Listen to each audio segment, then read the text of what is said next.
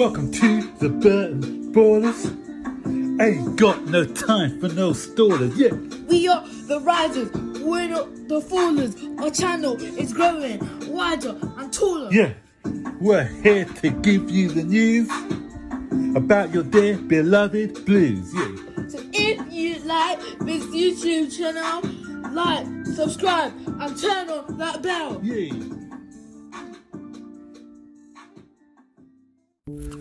Hey guys, welcome to our second video of the day, and welcome to Burton Ballers. Burton Ballers. But guys, before we get into the transfer roundup, don't forget to like this video, subscribe to the YouTube channel, turn on all post notifications so you know if I won't make a video, and also if you want everyone to know, share this video as well and comment. Okay, well said. Great advert. Anyway, so we don't do a lot of this week. We haven't done a lot of transfer roundup because it's the same stories, but we're just going to give you the latest on some of the stories. So obviously, who we've been talking about for the last 2 or 3 weeks. So Kai Havertz, yeah, that's the man on everybody's lips, and it's kind of intensifying. More news is coming out every day about some strong signals that he may be joining Chelsea. And Matt Law, he's got good connections.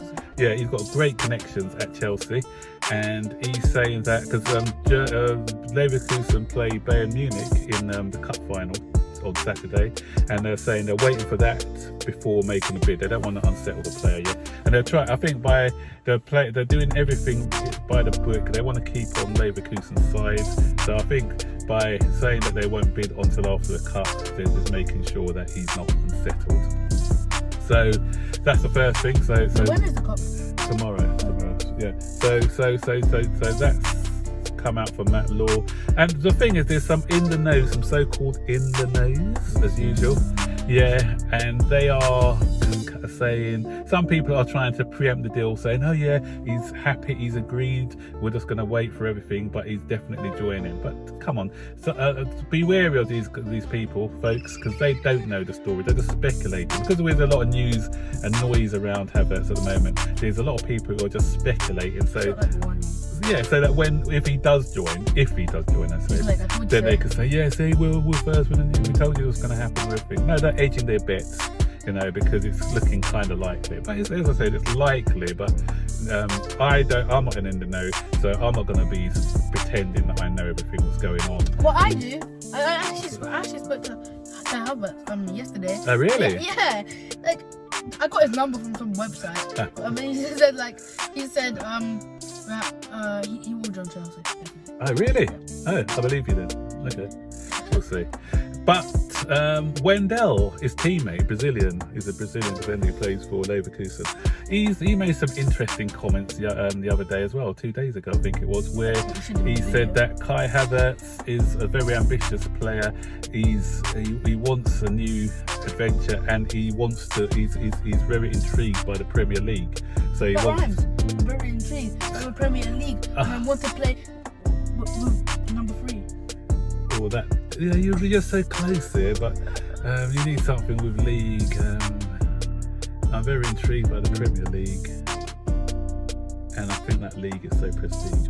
I don't know. Anyway, right. So those were very interesting comments, actually. Wait, that's why I think my career will peak. Yeah, so great comments there by Wendell, or as I said, revealing comments. So that's kind of. If you're a detective and you're adding things up, then maybe, and also the fact that, also the fact that Sane has just officially joined Bayern Munich. But there's a but here. I'm hearing that Thiago is close to joining Liverpool.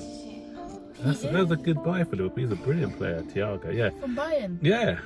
So if Thiago is joining Liverpool, I think it's not even that expensive, 35 million. Wait, no, we should go get him for 60 mil. I'll be happy. So if he is, maybe they're paving the way to create space for Havertz.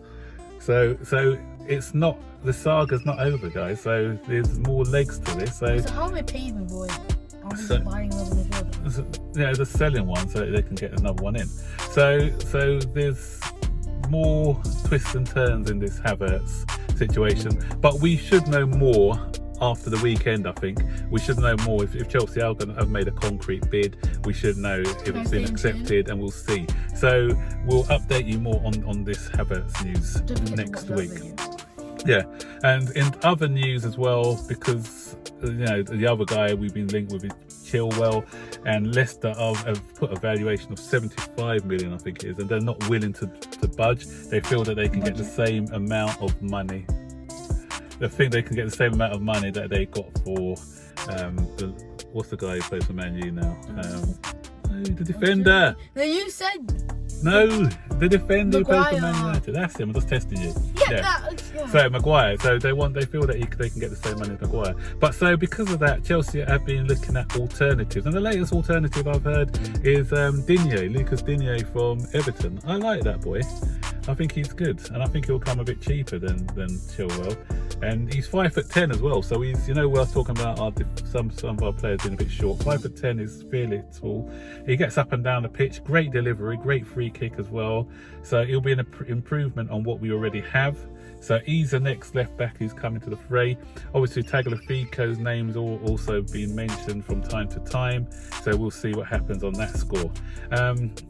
Then the goalkeeping situation, we know that with Kepa, that he's having a bit of a nightmare, isn't he? He's not playing well. So who would you like to replace him if we can get any keeper?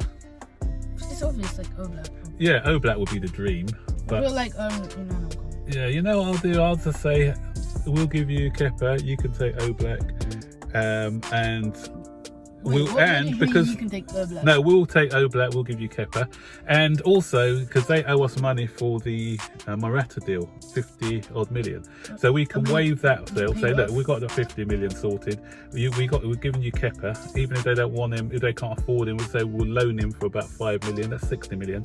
So then we pay 30 million for Oblak, so that's the 90 million. And then if Kepa plays well for them, and he does well in Spain, because he may improve while he's in Spain, because they're still quite rated as a goalkeeper in Spain. So then if they say, if Kepa plays well, then they can get him, probably won't recoup the 70 million pounds, but even if we get 30 million for him, so then that was it, 50 million for the 58 million for the Morata, 5 million for the and 5 million for the loan deal, 30 million for Kepa, and then that buys you Oblak. But that's me with wishful thinking, great logic, but I don't think it would happen. But in an ideal world, that's what would happen. So there's other keepers out there like Unana who've been looking at. Pope's another one has been mentioned. There was a Turkish guy, I can't remember, I mentioned him a couple of weeks ago. Sensik, I think his name is. I can't remember his name, but yeah, he was in one of my videos previous. So there's a few keepers, but then Henderson we probably won't be able to get, and then we were linked with somebody else. There's the PSG one. Areola. Yeah, Areola. So for me, no, I'm sorry. If we're going to improve, we need to get top drawer. We can't just get a like for like, because he's no better than Kepa in my book. He can't even get into the PSG side, and he's I don't think he's at loan at Real Madrid. He can't get into that side. So why should we need a top drawer goalkeeper? Just like Liverpool went and got a top drawer goalkeeper, we need someone who's top drawer. Either that or just keep Kepa. We need a big upgrade on Kepa. How tall is Oblak, man?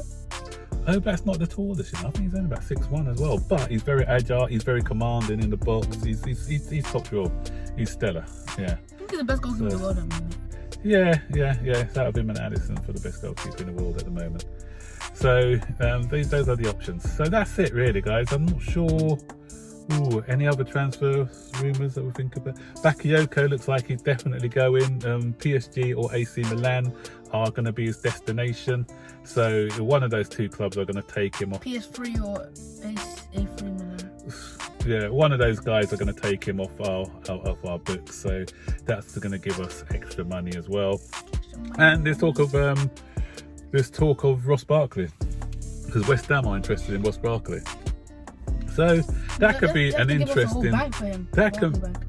that could be an interesting one actually, because if we still after Declan Rice as well, a little swapsy with some money going West Ham's way, that can be an option as well.